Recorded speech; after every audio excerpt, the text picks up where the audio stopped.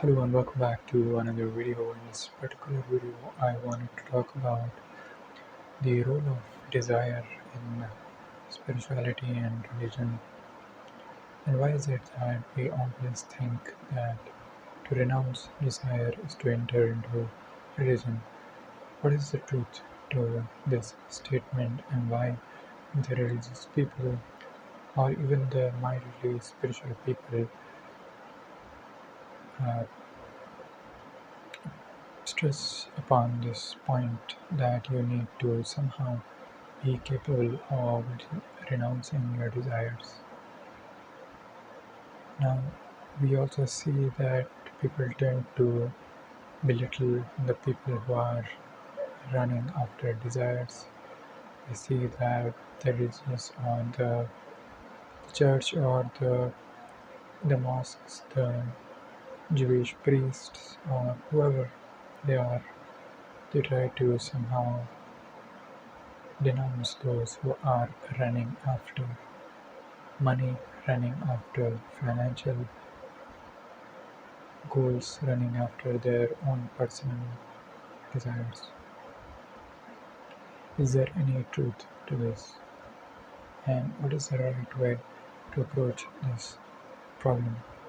I was recently looking into the data and I saw that among all of Americans, 43% of the Christians are not believing Christians. They don't identify as Christians anymore. And this number has been increasing since the 1980s and the 1990s, where the number was significantly lower than what it is now. Now it has been seen all over the world where people are renouncing religion itself, as paradoxical as it may sound. They're not looking into religion and or spirituality for the purpose of their life. They're looking into it as a means of going against the material world, and so they do not believe in it anymore. Now, I too myself have struggled with such thoughts, with such questions against religious organizations who say and go against financial and personal desires.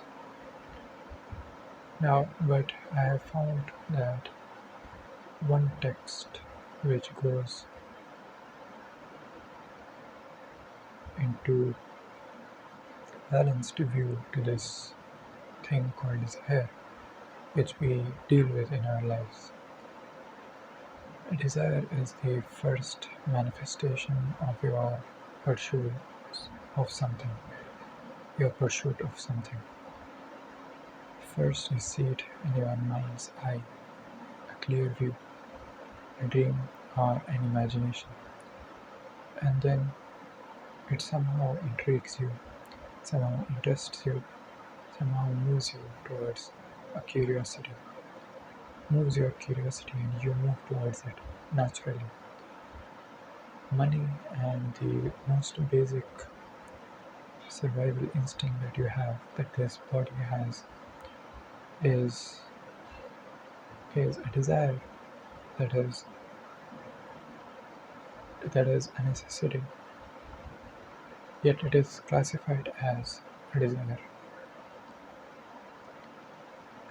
Money and your survival, your food, your housing, your shelter,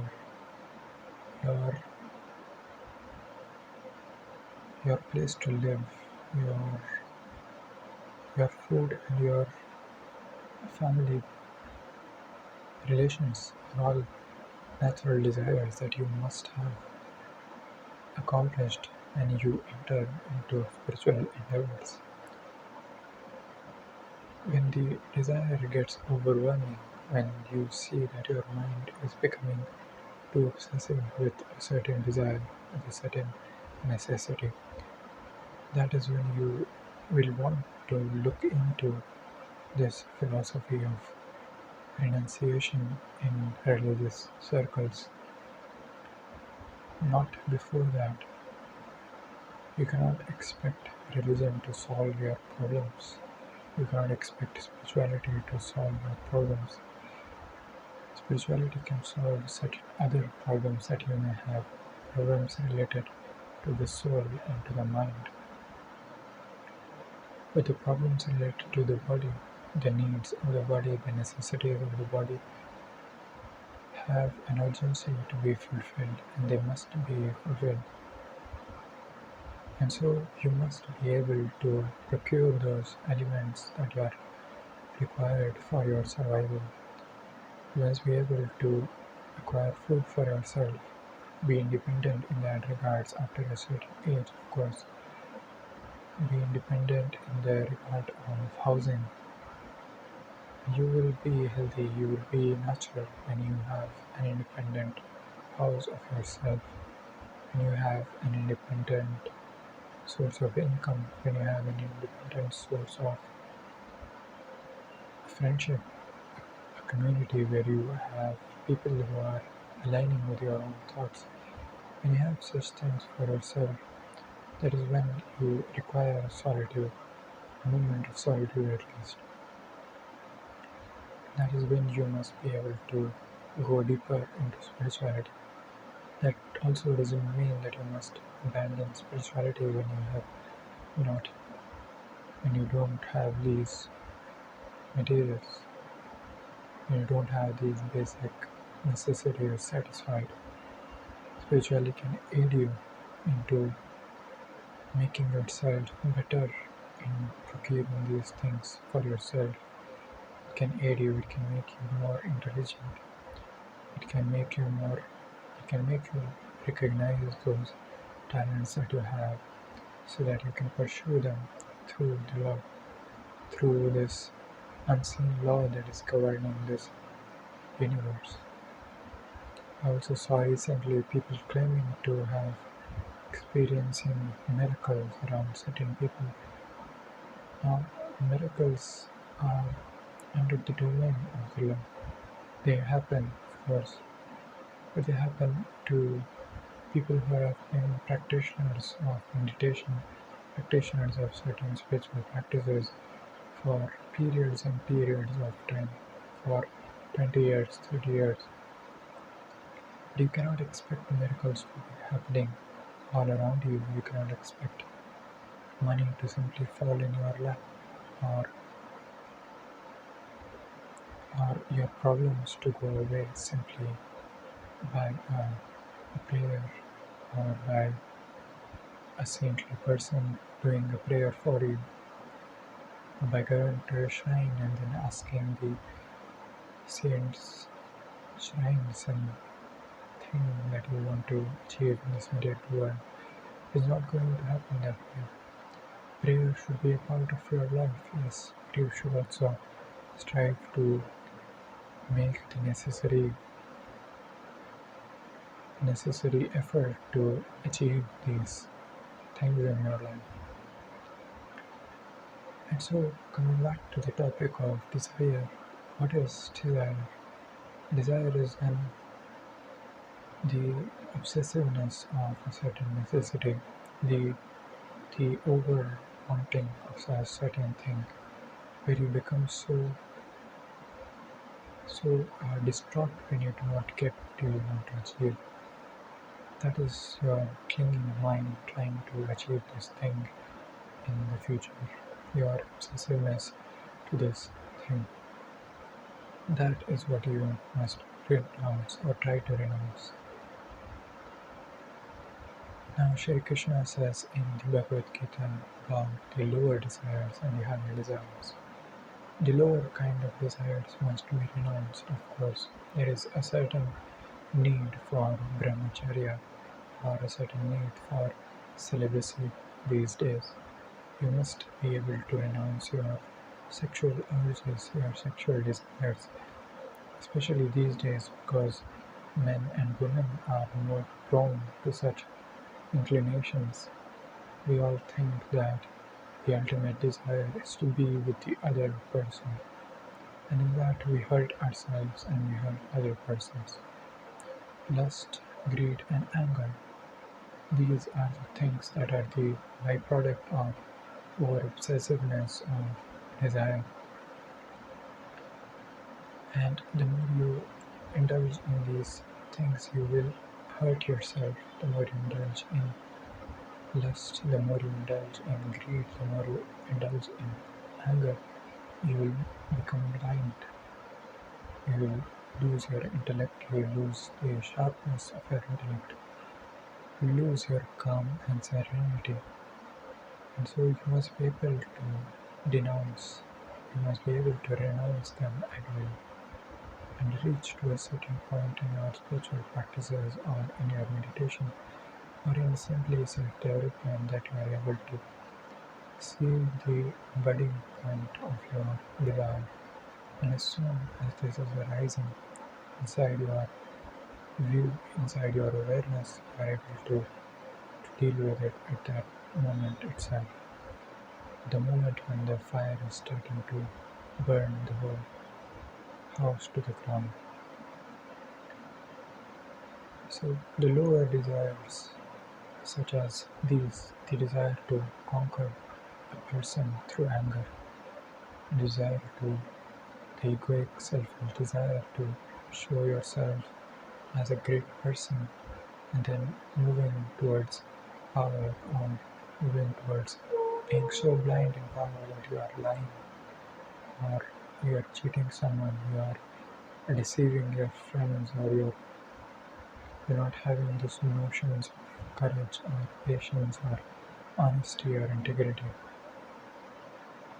This is where a desire must be uprooted. This is where you must be able to control desire itself. There are certainly benefits of renouncing these desires, renouncing anger, renouncing lust, renouncing greed, and you will see these benefits in a different manner. Your whole experience of life will become transformed. It will become a good experience rather than a bad experience. An experience of love will happen naturally to you, and you will become more lighter in your life. You will become, you will have an experience of life that is much wholesome, that is much fulfilling, that is much more satisfying than have this deficit inside your chest all the time where you are thinking about your desires and over dreaming and over imagining about them. So desire certainly does play a huge role in spirituality, and yes, you must be able to renounce desires at some point in your spiritual practice. You will gain this natural wisdom where you are able to renounce desire at will. You must of course come to it as naturally as you can. Of course, not everybody can have a celibate lifestyle. Not everybody has certainly responsibilities, and we must also pursue them and have a balance in life, of course. But also, once you have acquired these necessities, these basic things that are needed for a simple life, without the obsessiveness of over wanting and over desireness. Once you have acquired these necessary things, you must be able to renounce these desires. Keep your mind, keep your heart in check, and let it let it desire God, let it desire truth, let it desire higher desires like knowledge or spiritual progress. Let it desire love, let it desire gratitude and health. And so, thank you for watching this video, and this was just a simple simple talk on desire. Of course, there are other ways to that I want to talk about desire. There is the first level of desire, and the more you go deeper into it, you will understand why the saints say that you must eventually do that, renounce every single desire that you have. This comes naturally, of course, at an advanced level of your life, where where where you see that death is eventually going to take away every single thing in your life, anyways. And when your seriousness for spiritual development begins, and if you have any such an inclination, then of course you must also follow that inclination naturally. And so, thank you for watching this video. There is of course more I want to talk about here, but that is it for this particular video. And thank you for watching. Be sure to subscribe to my channel. If you like the video, be sure to like down in the section below, and also comment down and ask any question if you have any question. And of course, write your thoughts on what do you think about desire and how have you encountered desire in your life. Thank you and bye bye.